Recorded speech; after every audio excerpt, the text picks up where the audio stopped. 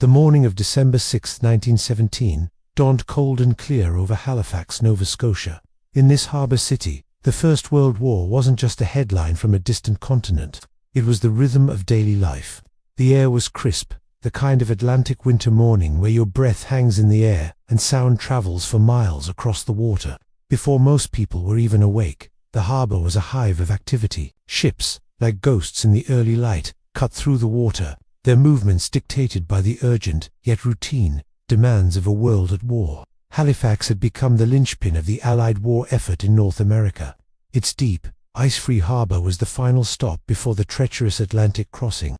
This was where convoys of ships, packed with troops, supplies, and weapons, gathered before making their dash across a sea infested with German U-boats. The city had adapted.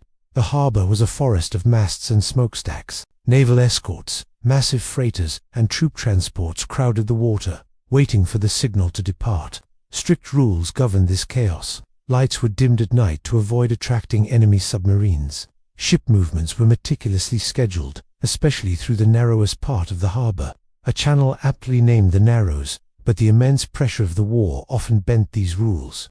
Delays were common, ships could wait for weeks, and captains grew impatient. Harbour pilots, the seasoned mariners responsible for guiding ships in and out, juggled an impossible schedule. Every decision they made, however small, carried immense weight. On the shore, the people of Halifax went about their morning routines, largely unaware of the delicate dance playing out on the water. Children walked to school, their boots crunching on the frozen ground. Factory whistles blew, signaling the start of another shift. The harbour was a constant presence, a backdrop to their lives, but it was familiar, almost comforting. The war, too, had settled into a strange kind of normality. People mourned their losses and endured shortages, but life, for the most part, went on. Out on the water, two ships were on a collision course with destiny. One was the SS Mont-Blanc, a Norwegian vessel chartered to pick up relief supplies in New York for war-torn Belgium. It had been stuck in Halifax for days due to delays in refueling, and was now finally heading out to sea, its captain eager to make up for lost time. Approaching from the opposite direction was the SS Mont-Blanc, a French cargo ship. It had just arrived from New York after a tense journey, sailing without an escort to avoid detection. The Mont-Blanc was, for all intents and purposes, a floating bomb. Deep in its hold, it carried a massive and terrifyingly volatile cargo destined for the battlefields of Europe. We're talking about picric acid, TNT, gun cotton, and barrels of benzol fuel stacked on the deck. This wasn't unusual for Halifax. The harbour handled war materials every day. What was different about the Mont-Blanc was the sheer quantity of explosives on board. Crucially, the Mont-Blanc wasn't flying any special flags to warn other ships of its dangerous cargo. This was a calculated risk. Marking the ship as a hazard would also make it a prime target for any enemy submarine that might have slipped into the harbour. The crew knew the danger they were in. They believed, ironically, that the safest part of their journey would be inside Halifax Harbour, where they could join a protected convoy. Safety, they thought, was just ahead. As the IMO steamed out of the harbour's main basin, it found its path blocked by another vessel. To avoid it, the IMO veered towards the wrong side of the channel, the side reserved for inbound traffic. At that very moment, the Mont-Blanc was entering the Narrows, right where it was supposed to be. The two ships were now pointed directly at each other, in a channel barely half a mile wide. A series of frantic signals and misunderstood commands followed. The harbour was filled with the sound of steam whistles as the captains tried to communicate their intentions. One blast meant, "I am directing my course to starboard." Two blasts meant, "I am directing my course to port." But in the confusion, the signals were misinterpreted. Each captain expected the other to yield. The IMO, being unladen and riding high in the water, was difficult to maneuver, especially in reverse. The Mont-Blanc, heavy with its deadly cargo, was slow to respond. They were getting closer. The pilots on both ships shouted orders, trying desperately to avert a disaster, but it was too late. At around 8:45 a.m., the bow of the IMO, moving slowly, but with unstoppable momentum, struck the Mont-Blanc on its starboard side. The impact itself wasn't catastrophic. It was more of a grinding scrape than a violent crash, but it was enough. Barrels of benzol fuel stored on the Mont-Blanc's deck were knocked over, spilling their flammable contents. Sparks from the scraping metal hulls ignited the fuel, and a fire immediately erupted. The crew of the Mont-Blanc knew exactly what this meant. They knew that the fire was now creeping towards thousands of tons of high explosives. There was no way to fight it. Their only option was to abandon ship. The captain gave the order, and the French sailors scrambled into lifeboats, rowing frantically towards the shore, screaming warnings in French that no one on the waterfront could understand. The burning, abandoned ship drifted. The current slowly pushed it towards the Halifax shoreline, right up against Pier 6 in the busy Richmond district. On the shore, people gathered to watch the spectacle. A ship on fire in the harbour was an unusual sight, and crowds formed along the waterfront. Firefighters raced to the scene. Children on their way to school stopped to stare. No one understood the imminent danger. They saw a fire, not a ticking time bomb. A naval commander, realizing the peril, tried to organize a rescue and tow the burning ship away, but it was too late. For nearly 20 minutes, the Mont-Blanc burned, a terrifying spectacle against the calm morning sky. Then, at 9:04:35 a.m., it happened. The SS Mont-Blanc detonated. It was the largest man-made explosion the world had ever seen, a title it would hold until the atomic bomb. In a fraction of a second, the ship and everything on it was vaporized. A blinding white flash was followed by a cataclysmic blast wave that radiated outwards at over 1,000 meters per second. The force of the explosion was unimaginable. It flattened a huge section of Halifax, particularly the north end. Buildings disintegrated. An iron piece of the Mont-Blanc's anchor, weighing over half a ton, was thrown nearly 4 kilometers. The blast created a pressure wave that shattered windows 50 miles away and was felt hundreds of miles further. It also triggered a tsunami in the harbour, a giant wave that surged over the waterfront, dragging people and debris back into the icy water. In the immediate aftermath, a city lay in ruins. An area of over 2 square kilometers was completely destroyed. Those who had been watching the fire were killed instantly. Around 2,000 people died, and an estimated 9,000 more were injured, many of them blinded by flying glass as they stood by their windows. The story of the Halifax explosion isn't just one of destruction. It's also a powerful story of survival, resilience, and compassion. In the hours and days that followed, help poured in from across Canada and the United States, especially from Boston, which sent a relief train almost immediately. This act of kindness forged a bond between the two cities that endures to this day. Every year, Halifax sends a Christmas tree to Boston as a thank you. The Halifax explosion was a horrific tragedy born from a chain of small errors, misjudgments, and the pressures of war. It serves as a chilling reminder of how quickly a normal morning can turn into a catastrophe. But it also shows us the strength of a community in the face of unimaginable loss, and how people can come together to rebuild, remember, and heal. December 6, 1917, in the cold, narrow channel leading into Halifax Harbour, 2 ships are on a collision course with history. Nothing about it seems extraordinary at first. The Norwegian vessel, SS Imo, is heading out to sea, light and quick. After days of delay, her captain is eager to go. Coming in, against the tide, is the SS Mont-Blanc. She moved slowly, heavily, burdened with a cargo so dangerous that even the slightest mistake could be catastrophic. Whistles echo across the water. A short blast from one ship, a reply from another. Standard harbour signals, each crew believing they understand the other's intent. But the channel, known as the Narrows, is tight. It compresses time and space, leaving no room for error. The Imo drifts slightly to the wrong side to avoid some ice and smaller boats, a minor rule breaking, common in the congested wartime harbour. The Mont-Blanc, expecting the other ship to correct its course, holds steady. On both bridges, experienced sailors read the situation, but they don't realize how razor-thin their margin for safety has become. The whistle signals grow sharper, more frantic. Orders are shouted down to the engine rooms. Engines slow, then shudder into reverse. But the massive steel ships respond sluggishly.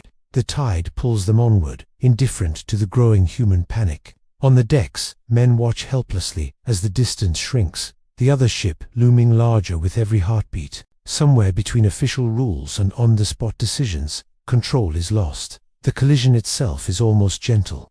The Imo's bow scrapes into the Mont-Blanc's side, tearing metal, ripping open barrels stored on deck. There's no great boom, just the gut-wrenching sound of grinding steel and a shudder that runs through both vessels. To anyone watching, it might have seemed like a minor accident. Ships bumped into each other all the time in busy ports. But the Mont-Blanc wasn't carrying simple goods. She was carrying a chemical nightmare. Clear, Harmless-looking benzol fuel spills first, splashing across the deck. It's invisible. Flammable vapor instantly begins to rise. Then come the sparks, born from the friction of torn steel against steel. The vapors find the sparks, and in a flash, flames erupt. The fire races along the deck faster than any man could run. Within seconds, the SS Mont-Blanc is a floating inferno. Her crew knows immediately what this means. Terror overrides everything. This isn't a fire you can fight with a hose. This is a countdown. The order to abandon ship is given, their voices cutting through the smoke. With trembling hands, they lower lifeboats and leap into the freezing water, driven by the absolute certainty that staying on board means death. As the Mont-Blanc drifts, burning, towards the Halifax shore, a fatal combination of duty and curiosity takes hold of the city. A ship on fire is a serious event, and harbour tugboats move in, their crews ready to perform a dangerous but familiar rescue. On shore, people stop what they're doing. A burning ship is a spectacle. Children press their faces against windows. Dock workers shield their eyes to get a better look. No one can see the invisible, ticking clock of the explosives hidden in the ship's hold. From their lifeboats, the Mont-Blanc's French crew tries desperately to warn everyone. They shout, they wave, they scream that the ship is a floating bomb, loaded with tons of high explosives. But their voices are lost in the wind and distance. The few who hear them can't comprehend it. The idea that one burning ship could obliterate a city is simply beyond imagination. Halifax had seen storms and accidents, but this fire didn't look different enough to cause a citywide panic. The flames grow, feeding on the fuel and climbing toward the cargo holds. Thick black smoke billows into the sky, a dark plume visible for miles. But instead of driving people away, it draws them closer. Offices empty as workers rush to windows. The streets near the waterfront fill with onlookers. Some even run towards the docks, thinking they might be able to help. The war had made danger feel like something that happened far away. This was here, but it still felt contained. On the SS Imo, the crew assesses their damage. Their bow is twisted, but the ship is afloat. They focus on saving their own vessel, unaware that their survival now depends entirely on how far away they can get. Even they don't grasp the scale of the impending catastrophe. The unmanned burning Mont-Blanc drifts on the tide, straight towards Pier 6 in the city's north end. The fire is now a raging beast, licking at the carefully packed explosives. Inside the holds, the heat is building, pressure is rising, and the delicate chemical stability is gone. The ship has become a bomb with a fuse measured in mere minutes. Along the shoreline, the crowd grows thicker. People point, they speculate. Some notice the French flag and guess the ship might be carrying munitions, but even this knowledge doesn't spark action. There are no sirens, no orders to evacuate. The authorities themselves seem frozen, unsure how to respond to a threat they have no precedent for. As the Mont-Blanc gently nudges against the pier, the fire reaches its final, critical stage. The smoke darkens the winter sky. Inside the holds, the explosives heat past their breaking point. The entire deadly sequence has now passed beyond any human control. Those closest to the ship have only seconds left, though they don't know it. Those farther away just feel a sense of anticipation, a feeling that something dramatic is about to happen. The harbour holds its breath. The city leans in to watch. The last chance to escape slipped by, unnoticed, as the SS Mont-Blanc burned in full view of Halifax. A catastrophe announcing itself with fire, yet remaining completely misunderstood until it was too late. At 9:04 in the morning, on December 6, 1917, the burning ship in Halifax Harbour ceased to be a ship at all. The SS Mont-Blanc detonated with a force the modern world had never seen. In a single, horrifying instant, fire, pressure, and sound merged into one violent act that tore matter itself apart. The explosion was brighter than the sun, a white flash that erased all detail and cast long dark shadows for miles. Those closest to the blast never even heard it. They simply vanished. From the harbour, a shockwave burst outward, moving faster than human comprehension. Buildings disintegrated as if they were made of paper. Windows shattered across the entire city and far beyond. The shards flying like knives into rooms where people had paused just seconds before, curious about the fire on the water. The air itself became a weapon, lifting bodies off the ground and hurling them against walls, streets, and twisted steel. Wood splintered, stone cracked, solid iron bent and buckled. The harbour rose up in a massive, unnatural wave, exposing the seabed for a terrifying moment before it crashed back onto the shoreline with crushing force, sweeping away everything in its path. Entire neighbourhoods were flattened. In Halifax's north end, a working-class district called Richmond, houses collapsed into one another, their wooden frames crushed as though a giant had stomped them flat. Streets completely vanished beneath a sea of rubble. Trams were flung from their tracks. Heavy rail lines buckled and snapped like twigs. The blast ripped mature trees straight from the ground and stripped others bare, reducing their branches to sharpened spears. What had been a living, breathing city just seconds before was now a smouldering field of wreckage, smoke, and screams. The sound arrived after the light. It was a colossal, deafening crack that rolled outward and echoed across the countryside. People miles away felt it in their chests, a deep, bone-rattling boom. Many mistook it for an earthquake or a massive artillery strike from the war raging in Europe. In communities far from the harbour, windows blew inward, ceilings cracked, and livestock bolted in sheer terror. The explosion was eventually heard as far away as Prince Edward Island, its terrible voice carrying across both water and land. Back at the centre of it all, nothing was recognizable. The Mont-Blanc had been completely obliterated, its metal hull vaporized, its deadly cargo of explosives released all at once. A massive column of black smoke and debris rose thousands of feet into the sky, mushrooming outward as it climbed, a sight that wouldn't become familiar to the world until the atomic age. Then, pieces of the ship began to rain down across the city, some of them still burning.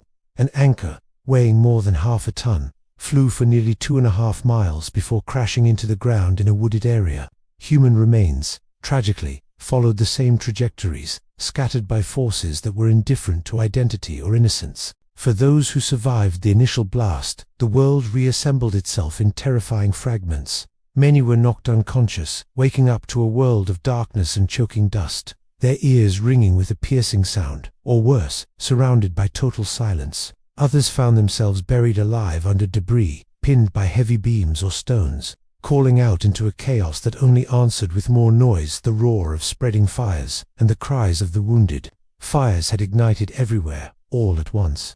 Stoves were overturned, oil lamps shattered, gas lines ruptured. Thick, black smoke mingled with the beginnings of a snowstorm as ash fell softly onto scenes of utter devastation.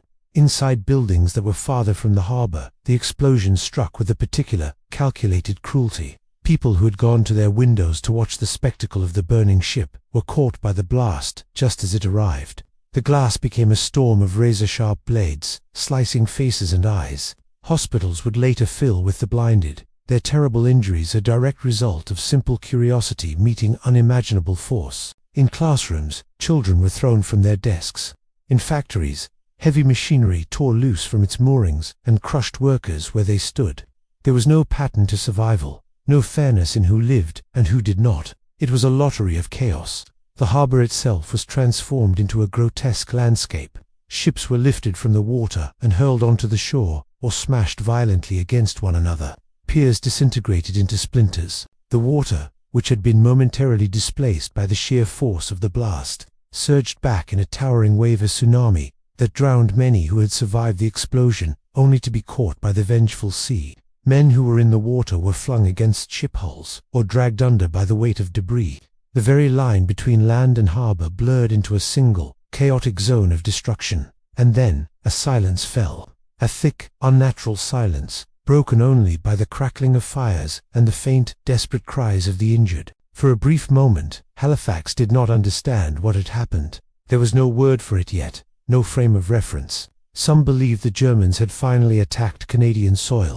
Others thought a military ammunition depot had exploded. The sheer scale of it all defied explanation. People stumbled through the ruins, calling out for family members, stepping over bodies they didn't even recognize as bodies at first.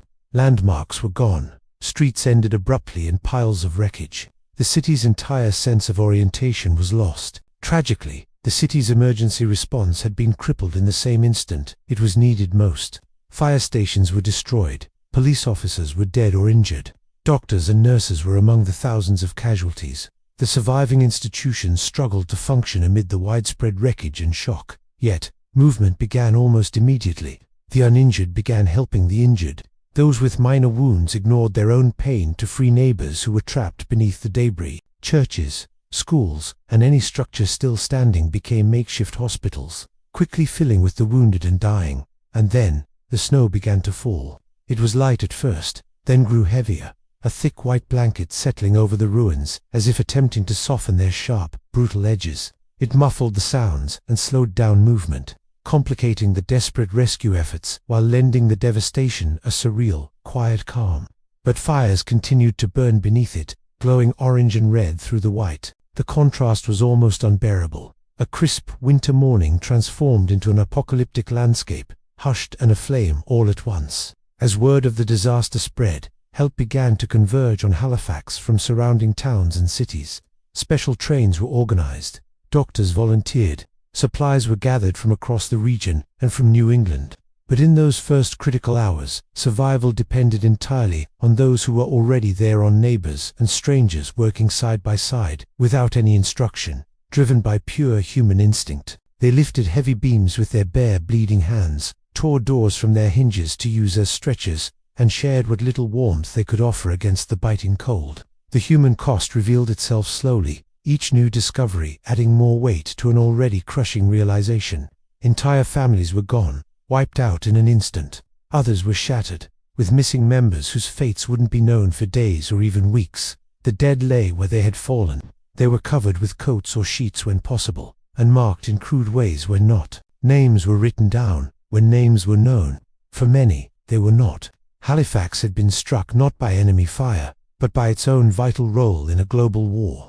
The explosion didn't choose between soldiers and civilians, or between workers and children. It erased all distinctions. In less than a single second, the city's fundamental relationship with its harbor, the very source of its livelihood and its pride, was violently and permanently rewritten. The blast did more than just kill and destroy.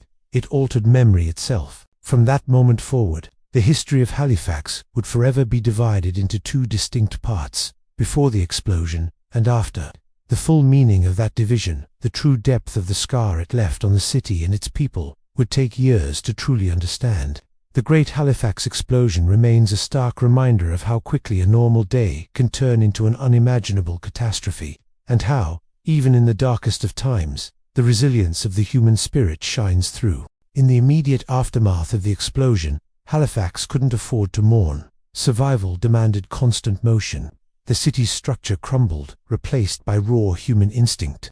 Men and women, dazed and disoriented, navigated through a landscape of wreckage, their paths guided only by the desperate cries for help or the sight of smoke twisting up from collapsed homes. Their hands bled, their fingers went numb. Tools were a luxury. When they broke or ran out, people grabbed whatever they could find: splintered doors, fence posts, shattered furniture, turning them into levers to move debris and stretchers to carry the wounded. They dug with a desperation that pushed them past the limits of physical feeling, past exhaustion, driven by the hope of finding life beneath the ruins. Hospitals that remained standing were overwhelmed in minutes. The wounded flooded the corridors, then the stairwells, then spilled out into the doorways. They lay on floors made slick with a grim mixture of blood and melting snow.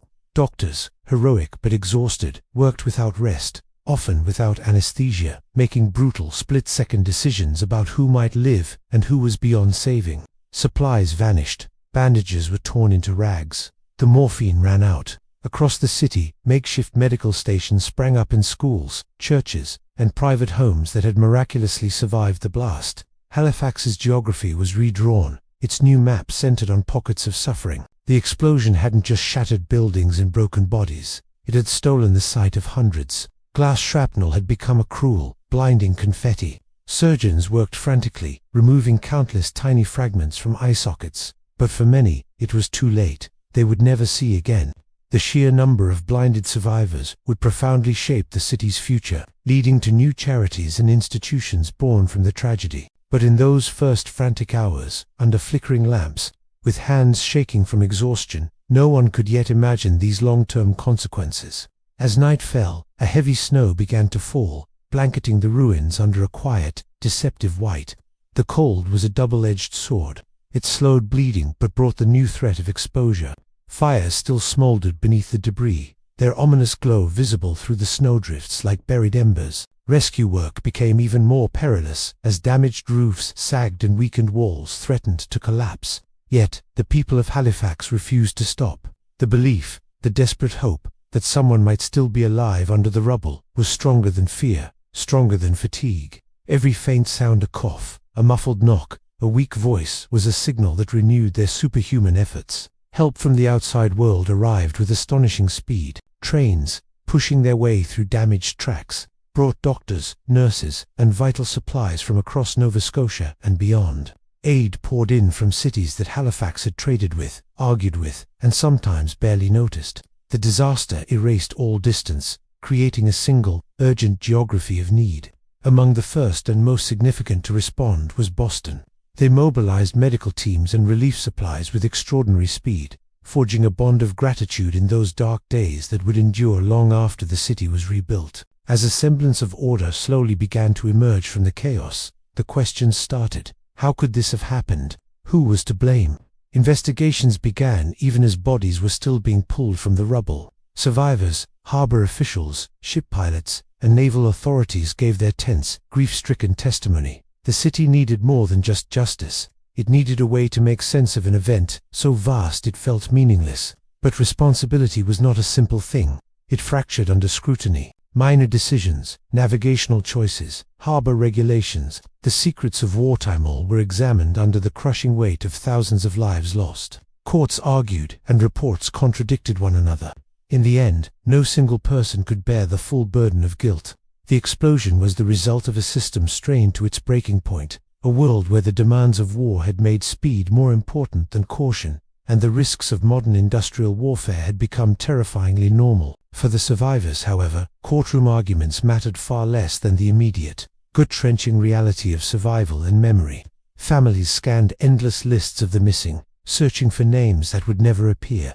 Others waited in agonizing silence for weeks, clinging to the faint hope that no news was good news. Funerals happened in waves, sometimes without a body to bury, sometimes with many at once. Mass graves became a grim necessity. Clergy of all faiths worked side by side, their words of comfort blurring into a shared, exhausted prayer. Grief was a constant presence, but it wore 1,000 different faces. Some wept openly. Others moved in a silent, shell-shocked daze, their minds unable to process the scale of their loss. Rebuilding began almost immediately. It wasn't an act of optimism, but one of sheer necessity. Winter wouldn't wait for morning to end. Temporary shelters made of raw lumber and canvas rose from the frozen ground. New plans were drawn up to reconstruct entire neighborhoods, especially the devastated North End. In this rebuilding, Halifax made choices that would define its future: wider streets, stronger buildings, and new safety standards designed to prevent such a catastrophe from ever happening again. The city was learning from its scars, writing its lessons in brick and stone for all to see. But memory was harder to rebuild than any street or building. Survivors carried the sounds of that morning with them for the rest of their lives, replaying them in their nightmares: the deafening crack of the blast, the sickening rumble of collapsing walls, and the terrifying, sudden silence that followed.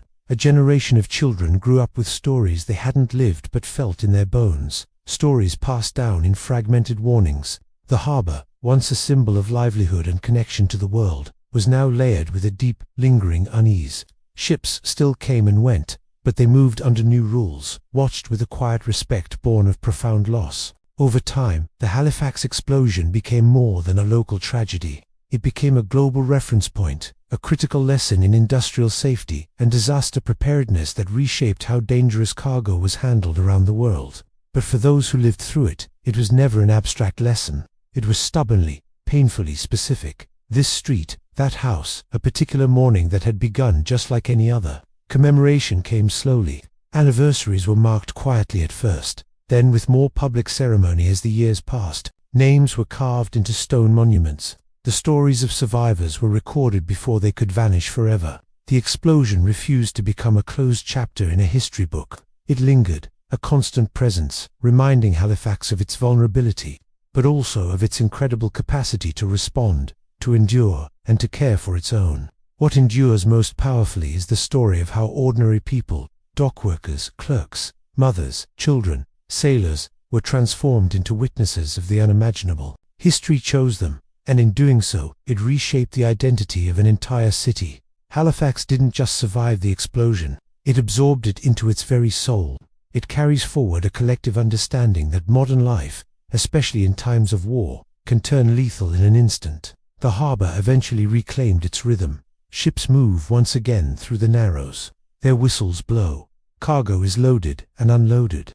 On the surface, life has returned to normal. But just beneath that surface, nothing is the same. Every quiet morning carries the echo of the one that shattered. The explosion of the Mont-Blanc didn't end when the fires were finally extinguished. It continues to this day in altered lives, in rebuilt streets, and in the unspoken knowledge that a city can be forever changed in the space of a single breath.